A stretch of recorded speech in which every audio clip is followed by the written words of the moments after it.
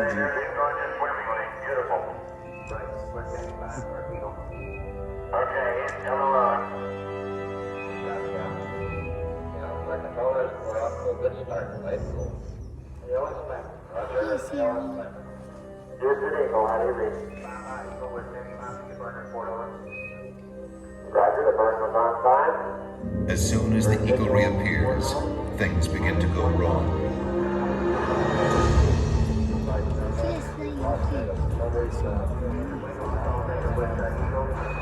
Radio communications break down. Messages to Eagle must be relayed through Mike Collins aboard the command module Columbia. Throughout the crucial final checks, contact with the Eagle keeps dropping out. And Flight Director Gene Kranz inches closer to aborting the mission.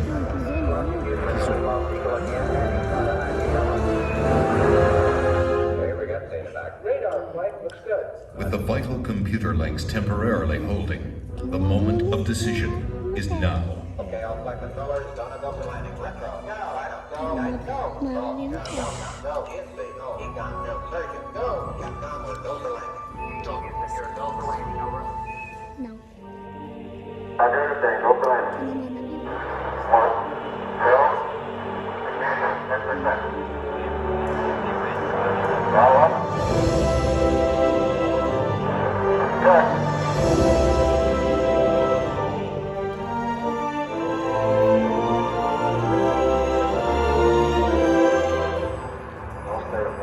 Hurtling toward the moon at 3,800 miles per hour, Neil Armstrong notices his checkpoints are all appearing too soon.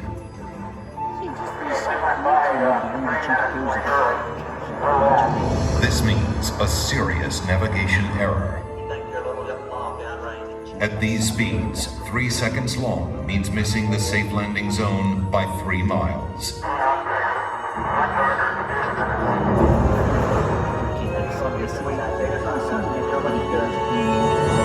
Suddenly, the computer starts firing the maneuvering thrusters, jolting the ship back and forth. This has happened in simulations, but never this much, never this violent. The smooth descent is becoming a bumpy ride. Before that is fixed, a problem with the onboard computer. The 1202 alarm. The astronauts have rehearsed for thousands of possible malfunctions, but not this one. It had been considered too unlikely. Seconds seem like hours as everyone struggles to remember the meaning of a 1202 program alarm. The deadline to safely abort is vanishing fast. What is the reading on the 1202 program alarm? 1202 means the Eagle's onboard computer is overloading. This means Houston is blind, unable to make navigation corrections or interpret the data coming from Eagle's computer. Armstrong and Aldrin are on their own. Mission Control decides they can go ahead if the data link doesn't fail again. 1,000 feet, and Neil Armstrong can see that the computer is proposing to put them down in a dangerous place. That landing site is full of boulders. If they land there, they will never take off again.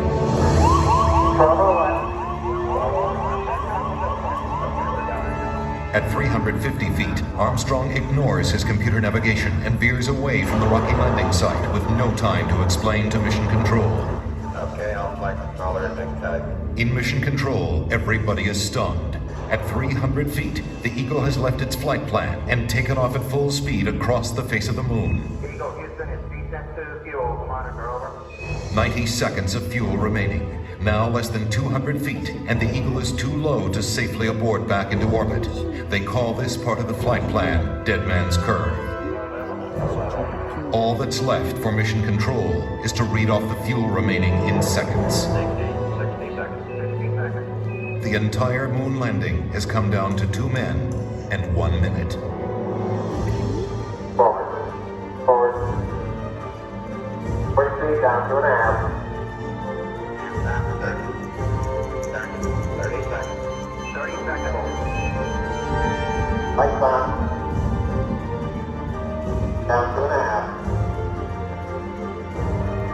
Forward. Forward. 30 feet, 2.5 down. Straight shadow. 4 forward.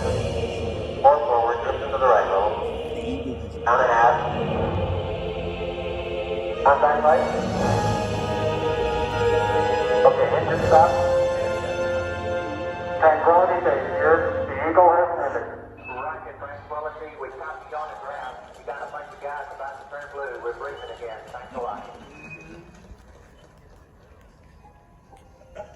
A short time later, history is made again.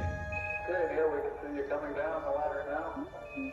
For one incredible moment, we are one people with one history, watching our destiny unfold. That's one small step for man, one giant leap for mankind.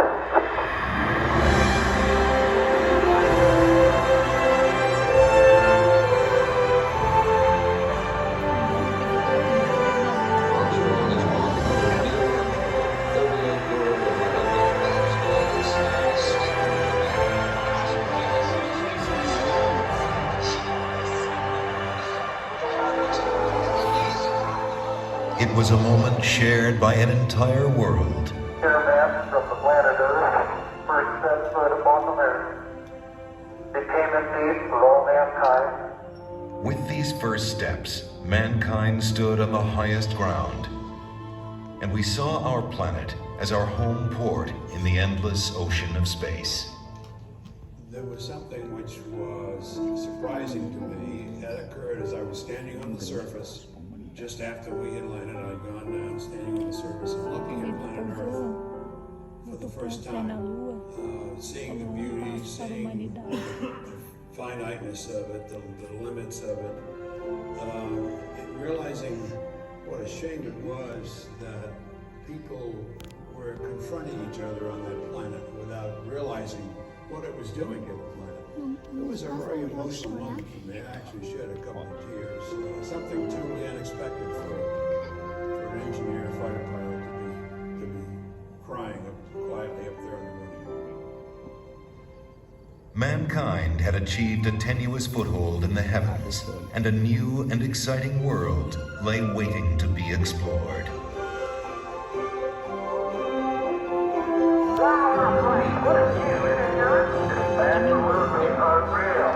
The first mission had stayed for only one day, but over the next 3.5 years, 5 more Apollo missions visited the moon, and with each one, we stayed longer, roamed further, and discovered more.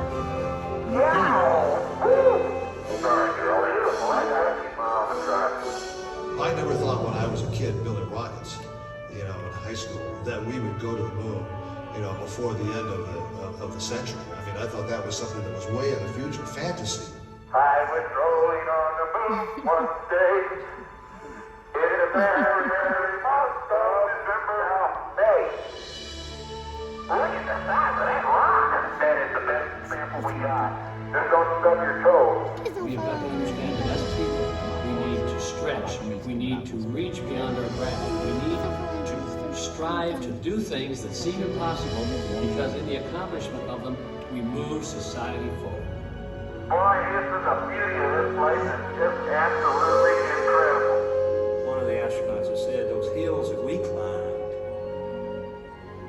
give our children and grandchildren a different perspective, that they see the mountains that we couldn't see. And so what we considered impossible, they're dreaming about. 3, 2, 1. What a ride, what a ride. When I have a chance to talk to kids, I tell them, the first thing I tell them is to take the word impossible.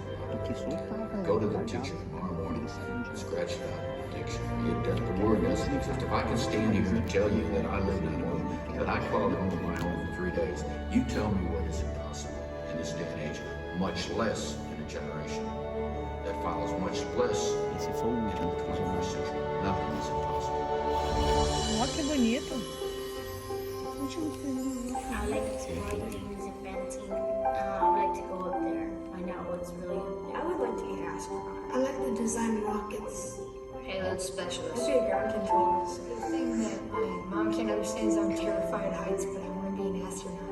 There's so many things I'd love to do. I would explore, I'd look for everything. I would try to start a farm. Millions of other galaxies that you might be able to live It's the in. unknown. Anything's You possible. may be able to cure certain diseases. Mars and dance on it. Play basketball, but you can still be short. Foi. Because then you can like fly up in the air. As crianças Hit the ball. You são can crianças querendo só estar There are a lot of things that can benefit mankind that we, because of science, we simply cannot do on Earth. It's such a big universe, and it's kind of strange to think that just this one tiny planet was chosen to have life on I it. hear they're finding new planets or moons and find out more about how stars are working. And it makes me feel like it's trying to tell me something. What's it trying to tell you? That you belong up there with them. The Apollo program ended in December of 1972, but our journey into space is just beginning. I'm Neil Armstrong. The future of space travel is being written right now in the dreams and imaginations of a new generation. Perhaps that's the greatest legacy of Apollo. It shows our children and grandchildren that courage, imagination, and the will to explore, no dream is impossible.